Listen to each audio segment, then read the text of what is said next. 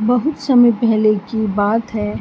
एक छोटे से गांव में शिव नाम का एक किसान रहता था। शिव गरीब था, लेकिन अपने कर्मों से वह संतुष्ट था। वह प्रतिदिन अपने खेत में मेहनत करता और जो कुछ भी उपजता उसे लेकर बाजार में बेचने चला जाता। उसकी पत्नी सीता और एक छोटा बेटा श्याम था। शिव और उसका परिवार भले ही गरीबी में जीवन जी रहे थे, लेकिन उनके जीवन में खुशियाँ और संतोष था। शिव के खेत के बगल में ही एक और बड़ा खेत था, जो एक धनी जमींदार का था। उस जमींदार का नाम रघुवीर सिंह था। रघुवीर सिंह बहुत अमीर था, लेकिन उसके अंदर घमंड और क्रूरता कूट-कूट कर भरी थी। वह हमेशा अपने धन के बल पर दूसरों को नीचा दिखाने की कोशिश करता।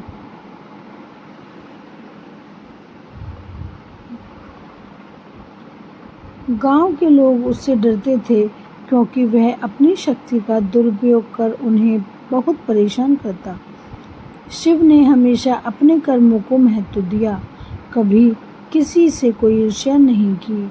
वह अपने काम में व्यस्त रहता और हर किसी की मदद के लिए हमेशा तैयार रहता। लेकिन रघुवीर सिंह की नज़रें हमेशा शिव के खेत पर लगी रहती थी। शिव का खेत भले ही छोटा था, लेकिन उसमें उगने वाली फसलें बहुत अच्छी होती थी।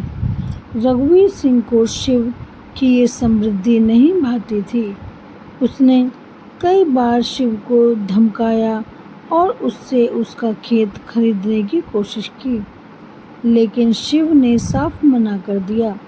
शिव का कहना था कि वह खेत उसके पूर्वजों की विरासत है और वह उसे किसी भी कीमत पर नहीं बेचेगा। रघुवीर सिंह को यह बात बहुत बुरी लगी। उसने शिव को सबक सिखाने का निश्चय किया। उसने अपने आदमियों को भेजकर उसके खेत में जानबूझकर जानवर छोड़ दिए, जिससे उसकी फसल बर्बाद हो जाए। शिव ने जब यह देखा तो परेशान हो गया। उसके साल भर की मेहनत से जो फसल उगी थी, वह एक ही रात में बर्बाद हो गई। उसकी आंखों में आंसू आ गए, लेकिन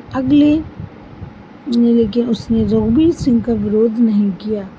वह समझ गया था कि यह रघुवीर सिंह का ही काम है। शिव ने भगवान से प्रार्थना की कि हे भगवान, मैंने किसी का बुरा नहीं किया है। मैं हमेशा ईमानदारी से अपना काम करता हूँ। आपसे बस यही प्रार्थना है कि मुझे इस संकट से उबारें। शिव के धैर्य विश्वास ने उसे हारने नहीं दिया। उसने अगले साल फिर से अपने खेत में मेहनत की, लेकिन इस बार फसल बहुत कम हुई। गांव के लोग उसकी परिस्थिति देखकर दुखी थे, लेकिन कोई भी रघुवीर सिंह के खिलाफ खड़े होने की हिम्मत नहीं कर पाया। इधर रघुवीर सिंह को अपने किए पर कोई पछतावा नहीं था। उसे लगता था कि उसने शिव को सबक सिखा दिया और वह अब उसका खेत खरीद लेगा।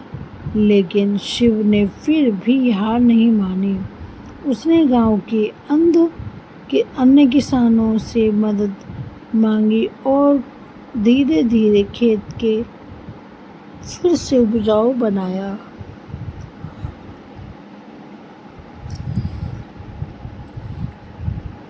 समय बीतता गया और एक दिन ऐसा आया जब रघुवीर सिंह को अपने कर्मों का फल भुगतना पड़ा।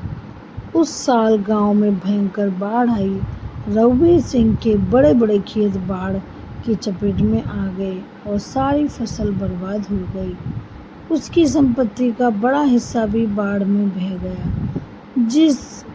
धन और शक्ति का घमंड था, अब वह पल भर में नष्ट हो गई।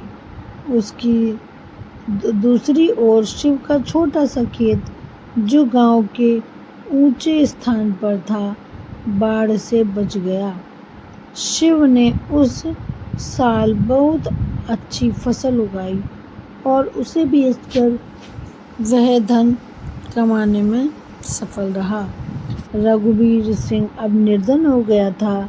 गांव के लोग जो कभी उससे डरते थे, अब उसे तिरस्कार की दृष्टि से देखने लगे। लेकिन शिव ने इस कठिन समय में भी उसकी अपनी दया और सहानुभूति नहीं छोड़ी। उसने रघुवीर सिंह के पास जाकर उसकी मदद की और पेशकश की। उसने कहा, जो भी हुआ वह भगवान की मर्जी थी।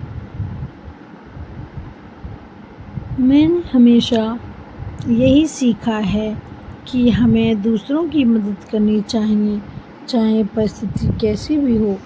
रघुवीर सिंह को अपने किए हुए पर पछतावा हुआ।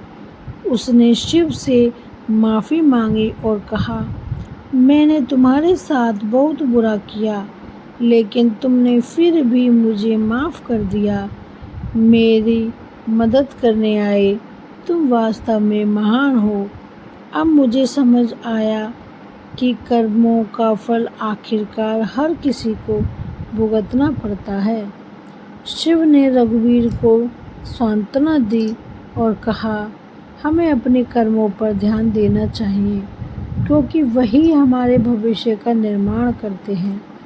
जो जैसा करेगा वो वैसा ही फल पाएगा। अगर हम अच्छे कर्म करते हैं तो हमें उसका परिणाम अच्छा ही मिलता है, और बुरे कर्म करते हैं तो बुरा। रघुवीर सिंह ने अपनी गलतियों से सीख ली और अपने जीवन को बदलने का निश्चय किया। उसने अपना सारा शेष धन दान कर दिया और गरीबों की मदद करने में अपना जीवन बिताने लगा। उसने शिव को अपना सच्चा मित्र माना और हमेशा उसकी सलाह मानने लगा। गांव के लोगों के लिए यह एक बड़ा उदाहरण था कि कैसे कर्मों का फल अवश्य मिलता है। उन्होंने शिव के धैर्य और सच्चाई को सराहा और रघुवीर सिंह के जीवन में आए बदलाव से प्रेरणा ली। धीरे धीरे गांव में सभी लोग ईमानदारी और परोपकार के मार्ग पर चलने लगे। शिव, उसका परिवार अब दुखी और समृद्ध जीवन जी रहा था। शिव और उसका परिवार अब सुखी और समृद्ध जीवन जी रहा था। उसने अपने बेटे को भी अच्छे संस्कार दिए और उसे सिखाया कि हमेशा सत्य और धर्म के मार्ग पर चले। कर्मों का फल निश्चित होता है। अच्छे कर्म हमेशा अच्छे परिणाम देते हैं, जबकि बुरे कर्म हमेशा विनाश करते हैं। जीवन में सफलता और संतोष पाने के लिए हमें सच्चाई, ईमानदारी, परोपकार के मार्ग पर चलना चाहिए। यह वास्तविक जीवन की सीख है। तो फ्रेंड, ये थी हमारी आज की कहानी, कर्मों के फल।